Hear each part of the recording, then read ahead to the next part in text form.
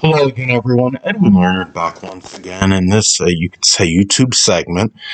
I'm going to be talking about James Van Der Beek, and some of you, I'm sure more than some of you, number of you, I'm sure remember him. He was an actor, and he was best known for being on Dawson's Creek. That was a hit show that premiered in 1998 on on the WB network, and it may have actually propelled other network to greater popularity. I believe that was one of the better shows that was ever on the WB network. And I mean, he did.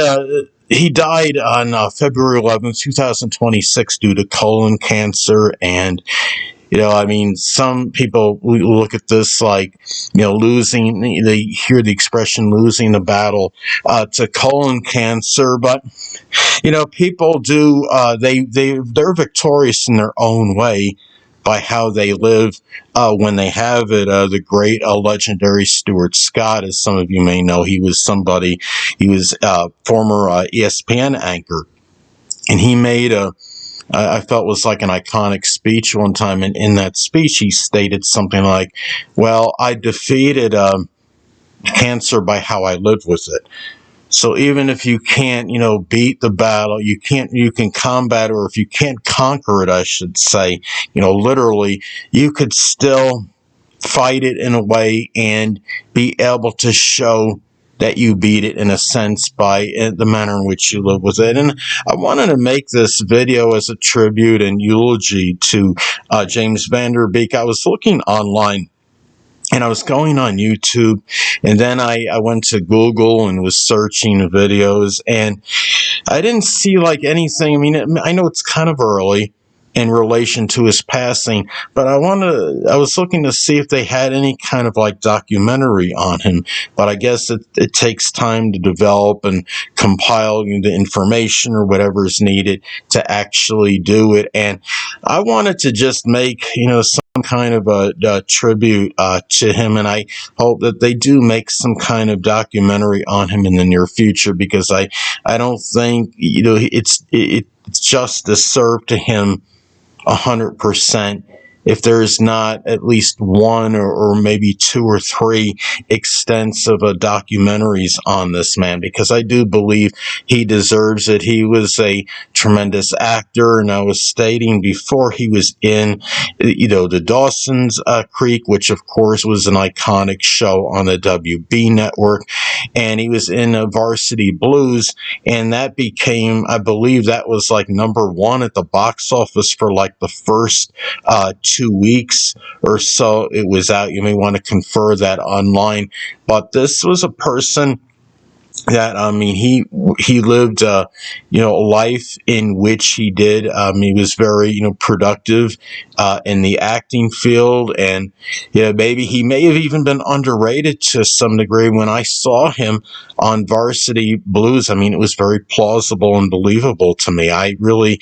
did, enjoy watching it. And a lot of times when I'll be like watching an old movie, or it's something, that like, oh, this was such and such time ago, or this is about high school team or whatever, and I'm kind of like reluctant. I'm saying, oh, that I don't think I can get into this, being an older person. And I watched it, and it was very good. John Voight was in the movie as well. It was really a tremendous performance by Voight and James Van Der Beek. I felt he did a phenomenal job in his role.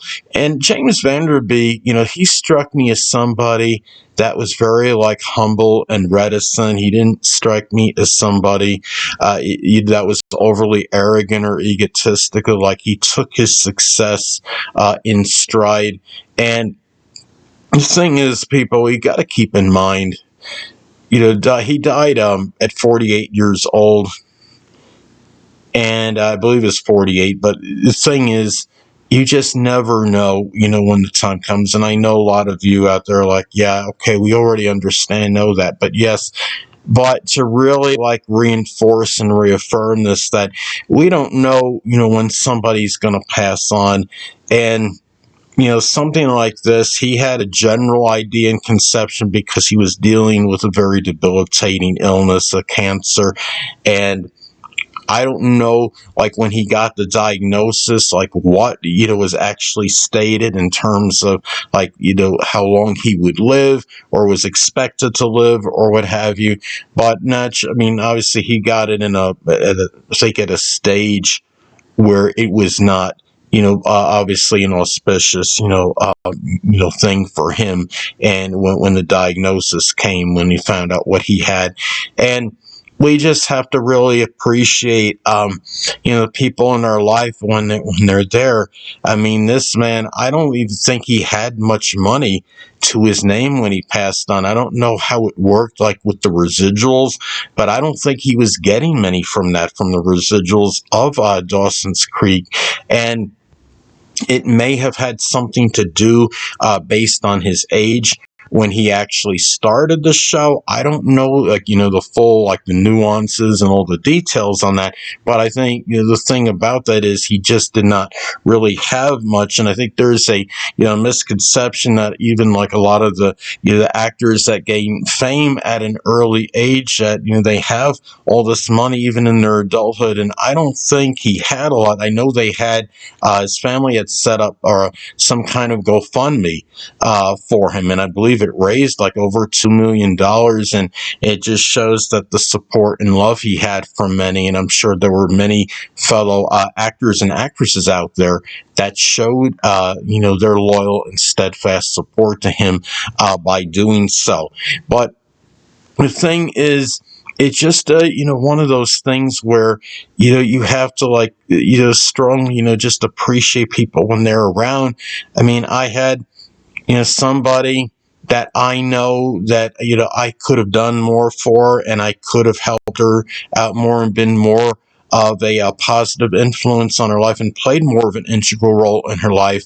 And I find out she died, at the age of, like, 25 or 26 or something, due to some, accidental inadvertent fentanyl ingestion or assimilation or what have you. And the thing about this is, and people can be look very healthy at one time, and then you could just find out that they're stricken with something just all of a sudden. I mean, right now at the time of this video, time of making this video, I'm 55 years old. And as far as general health, I don't believe I have anything, cancerous at this time. I still need to get checked for colon and prostate cancer. I've been procrastinating on this for some time, but it's something I still need to do. I feel healthy. Like, I don't believe I have anything going on, but it's one of those things where I believe, like, a lot of cancers, you can, when they're in the early stages, you might not even be feeling anything connected with it, but you do. But it doesn't mean it hasn't started to grow and inside. So, this is something too I would encourage people out there. If you have, if you're an older person, even if you're, like, say 45 at least, get these things, check, get screened for them. The sooner the better. If you hadn't done it up to this point. Now, the thing about this is that in addition to the success that James Van Der Beek had on Dawson's Creek, and then the Varsity Blues, he was also in some other things. He did make his debut, his premiere role. It was in Angus. He played, according to Wikipedia, it's referred to as a sadistic bully. That is what he started out in that. As far as his feature, it was really his feature film debut, is what it states, according to Wikipedia.org. And he really, he based on what I was looking at on Wikipedia, James Van Der Beek, was quietly, just seemed like he was very ambitious to do what he wanted to do. I sense, because it was at such an early age where he wanted to, embark on an acting career. And according to Wikipedia.org, it states that when he was 15, he had talked to his mother and asked her to take him to New York City. because he wanted to locate an agent, and he wanted to go after acting. He wanted to pursue that at such a young age. See, like with me, when I was like that age, I don't think I had much idea or conception what I want to do. Some of you may, see me on my YouTube astrology channel and my TikTok astrology channel, and I didn't start my videos on YouTube, though, astrology videos on YouTube, until when I was 42. Now, I became an enthusiast in astrology when I was like 12, but I didn't really think that I would be doing this the way I'm doing it right now. And when I was 15, didn't really have much of an idea what I wanted to do. But kudos to James Van Der Beek for understanding, being cognizant and aware of what he wanted to do at such a young age, at 15 years old. And to me, again, he seemed like, from what I can see of him and understood, he seemed like somebody to me that was just a very, a kind, I'm sure, benevolent, human being. And the thing about this is that, again, just reiterating what I was saying earlier about really appreciating especially the good people in our lives. And I'm sure James Van Der Beek was positive to many people, including prominent friends, family members, or what have you. And I believe, I'm sure he inspired a lot of people to become actors, and that it may never be too early to actually start on an acting career. So this is something with him where he obviously showed a lot of hunger for acting, a lot of passion and enthusiasm, and he went after what he wanted, and he got it. I believe it started with a dream, and it ended with him culminating with him becoming a successful actor. And the thing about this is, and when I look at somebody like a James Van Der Beek, again, somebody that struck me as very humble and reticent, it just shows you that you could have fame, you could attain certain notoriety and recognition, but it doesn't mean you're just automatically be an arrogant person, because he certainly struck me as somebody that was far from that. And he seemed like he was very intellectual and cerebral. That was the impression I got from him. I think they had tried to treat the illness he had with some kind of alternative medicine initially, and then may have gotten some regular medical treatment, the more, whatever, the traditional medical treatment or whatever you would call, like from doctors or what have you. And I just want to say that, it's just a terrible, tragedy to hear something like this. And you hear about a lot of people just passing on at an early age. And James Van Der Beek, I understand his was due to a cancerous situation, but you hear about a lot of these like TikTok stars that are dying at a very young age. Theirs are more attributed to suicide more than anything, it almost seems like, because they just a lot of them, I don't think they can handle a lot of the pressure that they're under, and for its various reasons for them, I understand.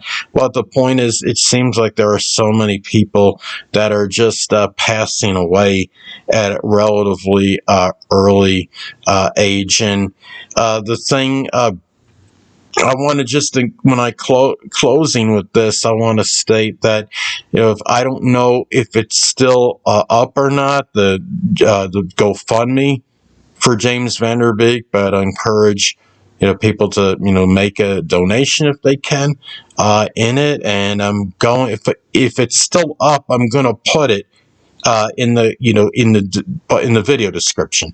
So just wanted to close with that. I'm just going to look here on Wikipedia and see if there's anything else that I could add about James Van Der Beek, because I just want to see about himself more as a as a person, but I'm sure he was somebody that was probably, very, maybe, humanitarian.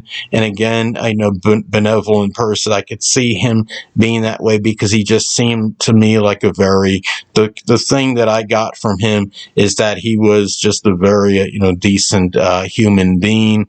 And unfortunately, that doesn't make much difference generally in how long you're going to live, and as far as your longevity goes. And sadly, you have a lot of people out there that live to like older ages, 80s and 90s, that are just the antithesis, just the opposite, just very, belligerent and abrasive, and don't know how to treat people or talk to them. Life is never, going to make any sense. I try to make sense of it and understand why things are the way they are, and all that does, maybe it gives more questions than answers, actually.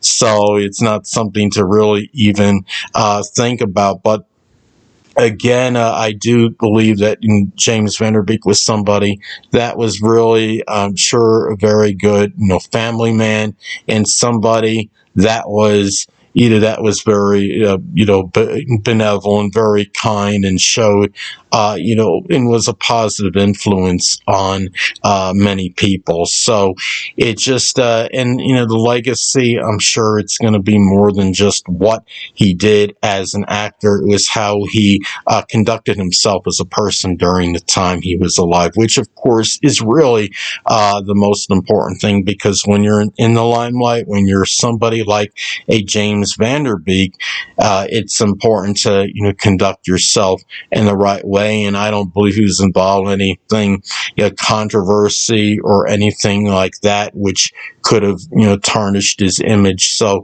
to me, he was somebody that to me was somebody that struck me as just a very good human being. And somebody that will be missed, but surely not forgotten. He may have passed on, but I believe his legacy will endure for a very long time. And I prayerfully, he's in a better place right now than he was on this mundane plane. And anyway, people, that'll conclude this YouTube segment. And until next time, Edwin Learnard saying, stay well.